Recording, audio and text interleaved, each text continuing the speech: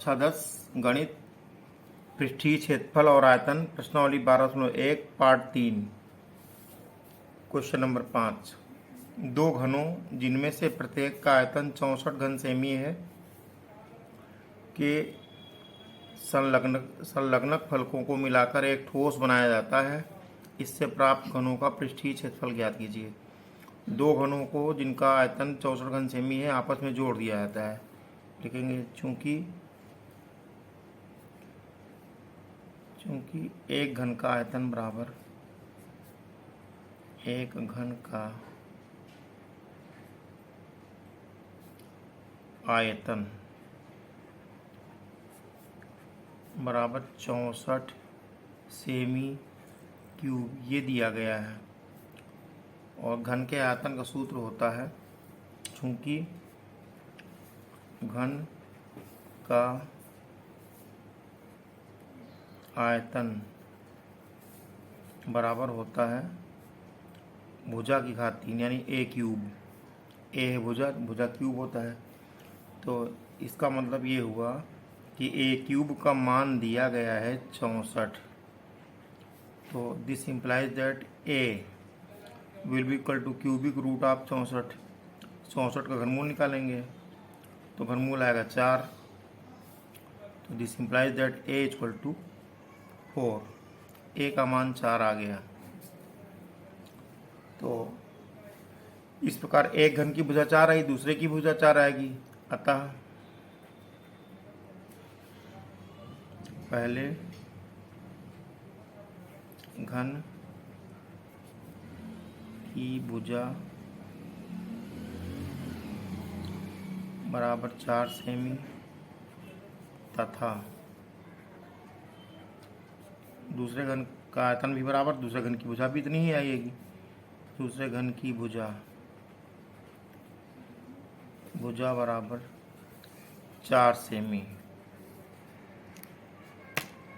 तो जोड़कर कितना हुआ, जो घनाभ बना उसकी लंबाई कितनी हुई।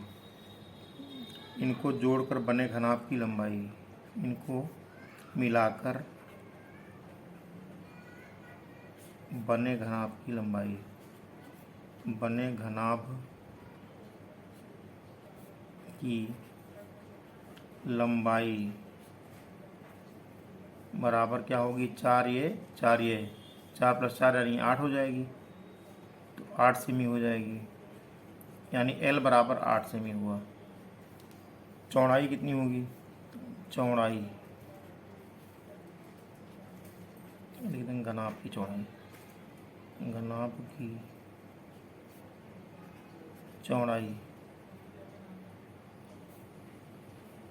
चौड़ाई को B कहेंगे। चौड़ाई B होगी घनाभ की 4 ही होगी, 4 सेमी। ऊंचाई भी इतनी ही होगी, घनाभ की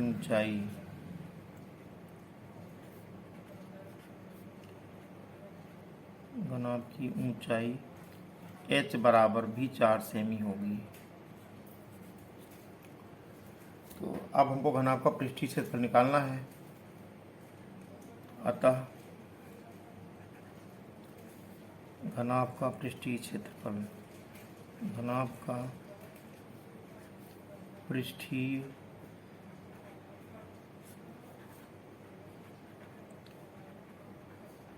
क्षेत्रफल बराबर होगा 2 ब्रैकेट में LB plus BH plus HL, ये सूत्र हुआ। तो हो जाएगा 2। अब L का मान है 8 गुणे B का मान है 4 प्लस BH, B का मान 4 है, गुणे H का मान भी 4 है, प्लस HL, H का मान 4 है और L का मान 8 है। ये हो गया 2 ब्रैकेट में है 8 चौक 32 प्लस 4 चौक 16 प्लस 8 चौक 32। तो ये हो गया 2 32 32 64, 64 में 16 जोड़ेंगे 80 हो जाएगा, बराबर 80 दूना 160। तो लिखेंगे अतः घनाभ का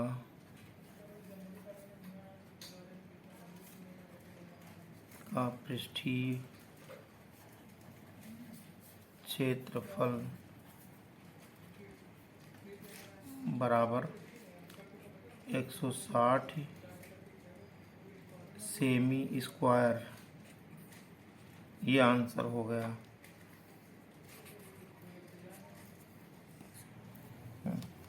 प्रश्न संख्या 6, कोई बर्तन एक खोखले अर्धगोले के आकार का है। बर्तन है जो खोखले अर्धगोले का आकार का, जिसके ऊपर एक खोखला बेलन अध्यारोपित है। तो बर्तन खोखले अर्धगोले की तरह से, इस तरह से बर्तन है। ये बर्तन खोखले अर्धगोले की तरह से है और इसके ऊपर एक बेलन अध्यारोपित है। ये बेलन इस पर रखा हुआ है इस तरह से।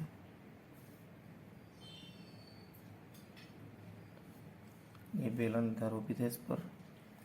तो और बेलन के ऊपर हम ये ऊपर हिस्सा बेलन का इस तरह से होगा। तो यहाँ से ये इसका केंद्र यहाँ होगा, इस यहाँ से इसको मिला देंगे, ऊंचाई इसकी हो जाएगी। तो अध्यारोपित अर्धगोले का व्यास 14 सेंटीमीटर है। अर्धगोले का व्यास 14 सेमी, तो त्रिज्या 7 सेमी होगी। देखेंगे दिया है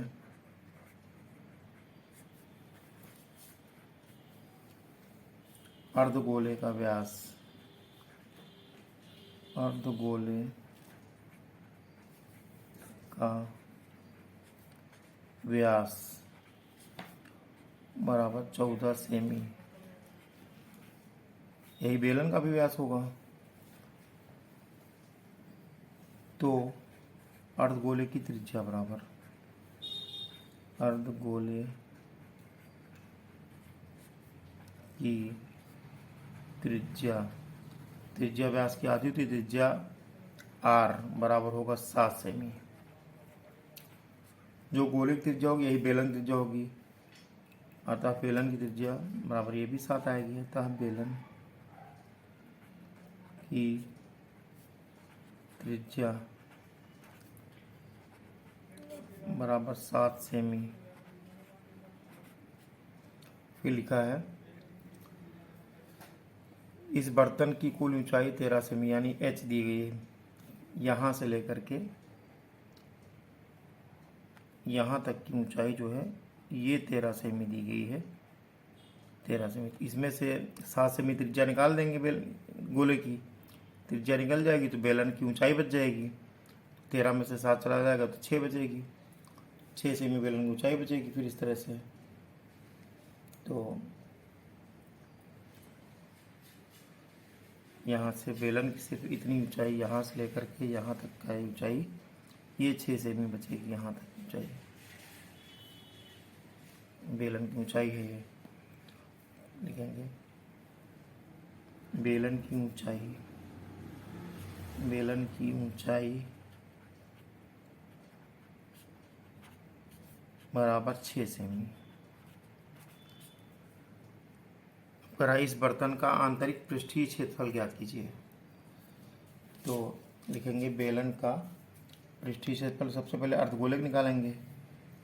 अर्धगोले का पृष्ठीय क्षेत्रफल, अर्धगोले का पृष्ठीय क्षेत्रफल बराबर होगा 2 pi R square. 2 pi R square होगा। तो ये हम निकालेंगे यहाँ से।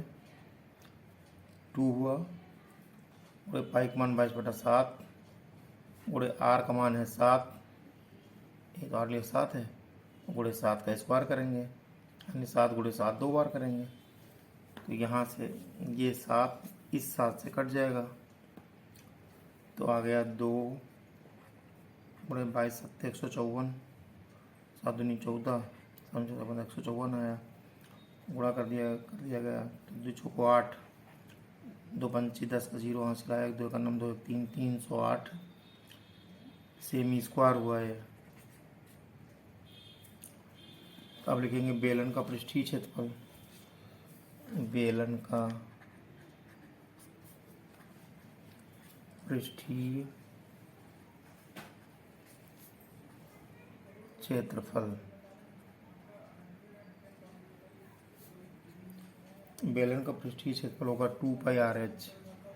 2πRh तो ये 2 हुआ गुणे पाई का मान 22/7 गुणे आर का मान 7 गुणे एच का मान है यहाँ से एच तो पूरी 13 है एच, लेकिन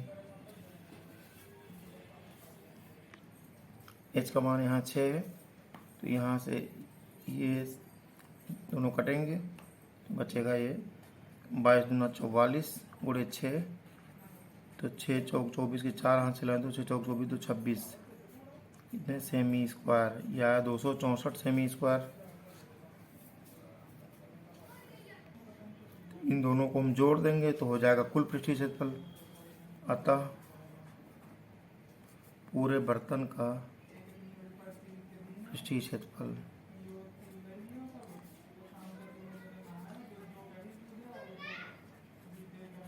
पृष्ठीय क्षेत्रफल बराबर होगा, यहाँ पर है अर्धगोले का पृष्ठीय क्षेत्रफल, लिखेंगे बराबर अर्धगोले